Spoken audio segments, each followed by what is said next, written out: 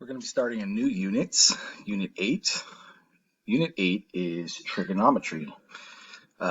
Trigonometry is the study or the measurement of triangles, right? That's literally what trigonometry means, right? Measurement of triangles, okay? So in this unit, we're specifically only going to be focusing on right triangles. So you can see we have a right triangle here. Remember, this box here in the corner indicates that that is a 90-degree angle. So when you see that box in the corner, that means 90 degrees. We're only going to be focusing on right triangles in this unit, so it's not really something that's going to be changing. Let's look at this right triangle here. The first symbol that you need to know is theta. So theta is just a Greek symbol. Kind of looks like a cursive capital O, I guess. Theta is just a variable for an unknown angle measure, kind of like x, right? But we use x more for side lengths, distance, things like that. Theta is specifically for angle measures, but you can literally just think of it as x. So oftentimes you'll see the symbol theta. It just means an unknown angle measure, okay? So in this right triangle, we're going to use this acute angle down here, and we're going to label it theta. We don't know the angle measure of it. And we're going to label some side lengths. The first side length, there's three side lengths, is the hypotenuse. So this is the hypotenuse of the right triangle. Remember that the hypotenuse is directly across from the right angle, always. So the hypotenuse, again, always across from the right angle, always, always, and it is always the longest side in the right triangle. That leaves us with two other sides in relation to the angle. Across from the angle, so if I go from the angle across the triangle to this side, we call this the opposite side. And it just means opposite of our reference angle. So our reference angle is theta. That's the angle which we are referring to, right? So that side would be opposite. Now, if we were saying that this angle up here was angle theta, then of course that side would be opposite. So opposite changes in relation to the angle in which you are talking about or referencing. That leaves the last side, the third side, we call this the adjacent side, which we say right next to the angle or touching the angle. We call this the adjacent side. Same thing. If we were referencing the other angle up here, then guess what? This side would be the adjacent side, if that were the case, which it's not. Okay? So these are all definitions that you need to write down and that you need to know when you're looking at a right triangle. And I'll test you on a couple. Let's actually test you a couple right here. Let's draw a right triangle. Just go ahead and label this example 1 in your notes. Let's say this is point A, point B, and point C. If this angle were angle theta, this acute angle up here, can you tell me what side would be the hypotenuse? Answer. Okay, hopefully you said AC, because that is directly across from the right angle. Now, what side would be opposite angle theta? Hopefully you said side BC, that's going to be opposite. That's the hypotenuse. And then what side is going to be the adjacent side to angle theta? Hopefully you said side AB, adjacent is right next to you. That would be adjacent. Now, opposite and adjacent would flip-flop if we were using the other angle. So let's say I erase that, and let's say we were talking about the other acute angle, which would be down here, right? Say that was angle theta. Well, then simply, this is not opposite any longer. Now that's adjacent because it's right next to, and the adjacent for the other angle would just switch to the opposite because that would be across from, right? The hypotenuse never changes. That's always directly across from the right angle. Next thing what we're going to learn about is the three trigonometric ratios that you need to memorize and you need to know, which is sine, cosine, and tangent. So the first S right here stands for sine. Here's how you spell it, S-I-N-E, sine. The next one is cosine, C-O-S-I-N-E, cosine. And the last one is what we call the tangent ratio. And you need to memorize these ratios. The sine ratio is the sine of some angle theta is always equal to its opposite side divided by the hypotenuse. That's what this O and H represent and stand for. The cosine ratio, so cosine of some angle theta is equal to its adjacent side divided by the hypotenuse. And the tangent ratio, so the tangent of some angle is equal to the opposite side divided by the adjacent side. So these are ratios that you need to memorize and that you need to know. And we will practice here with this example. So make sure that you have this example in your notes. You can label it example number 2. So let's say that this angle down here is angle theta, the angle that we are referencing. It's always one of the two acute angles. It's never the right angle. Okay, and let's say that I want to write the sine of angle theta. So if I said, what is the sine ratio of angle theta? So we would say the sine of angle theta. Remember, we don't know what the measurement is, so we're just calling it angle theta. So the sine ratio of theta is equal to its opposite side divided by the hypotenuse. Opposite side divided by hypotenuse. So what is the opposite side to angle theta? Hopefully you said 4. That would be directly across, right? And what is the hypotenuse of angle theta? Well, the hypotenuse is always the same.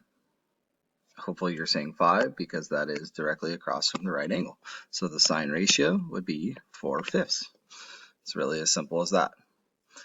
Now, what if I said, what is the cosine of the other angle theta? So that was angle Z, so we could actually say the sine of Z.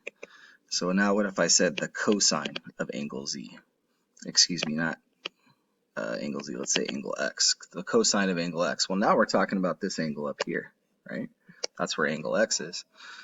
Cosine ratio is, as you can see, the adjacent side of that angle divided by the hypotenuse. What is the adjacent side to angle X? Hopefully you're saying 4. And what is the hypotenuse? The hypotenuse does not change in the right triangle. Hopefully you said 5.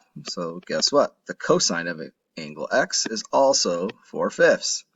So you can see that the sine of one angle, the sine of this angle, is equal to the cosine of the other angle. They are equivalent to each other.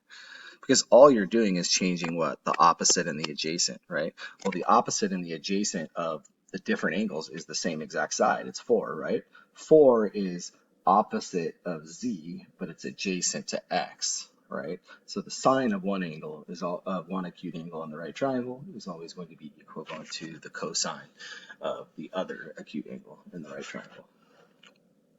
Let's try, let's try tangent one, because we haven't done one of those yet. So let's say, what is the tangent of angle Z? So the tangent ratio is its opposite side divided by the adjacent side. What is opposite angle Z? Hopefully you're saying 4. And what is adjacent to angle Z? Hopefully you're saying 3. So the tangent ratio of angle Z is 4/3.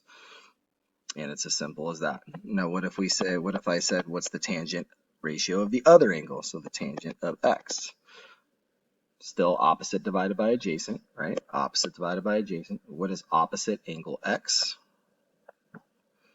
Hopefully you're saying 3. And what's adjacent to angle X? Hopefully you're saying 4. So you can see, look, the difference between the tangent of one acute angle, right? The tangent of one acute angle is not equal to the tangent of the other one. You can see that the fraction is flipped, which is what we call the reciprocal, right?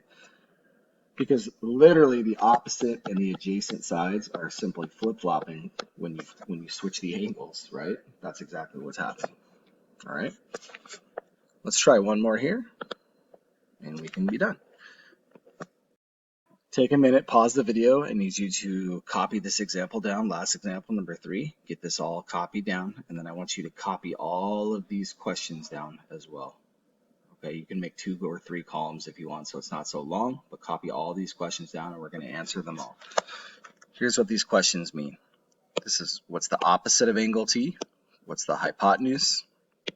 What is adjacent to angle T? That means what side is adjacent. Like the first one means what side is opposite angle T. What side is adjacent to angle R? What side is opposite angle R?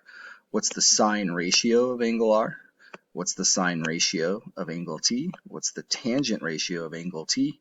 What's the cosine ratio of angle R? What's the tangent ratio of angle R? And what's the cosine ratio of angle T? That's what all those questions mean. So you're going to be answering all of these questions.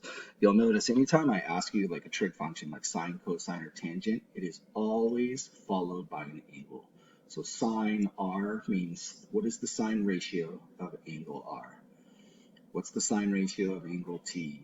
What's the tangent ratio of angle T? And so on and so on and so on. Okay? If I'm saying what's opposite or adjacent, I'm talking about a side length, right? What's opposite angle T? That means what's the side that's opposite angle T?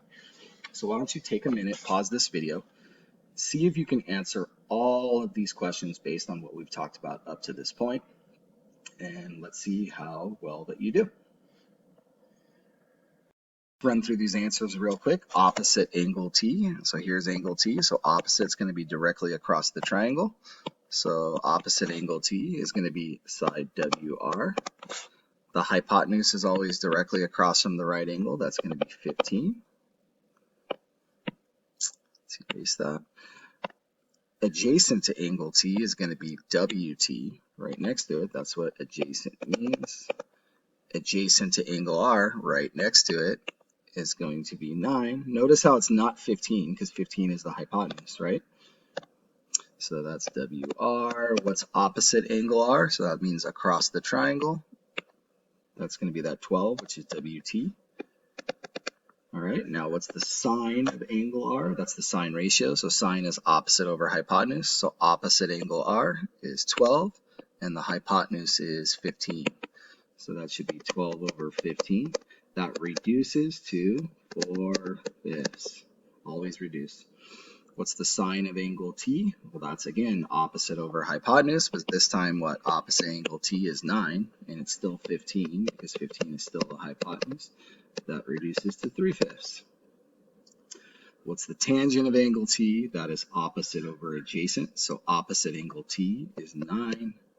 Adjacent to angle T is 12. That reduces to 3/4. What's the cosine ratio of angle R?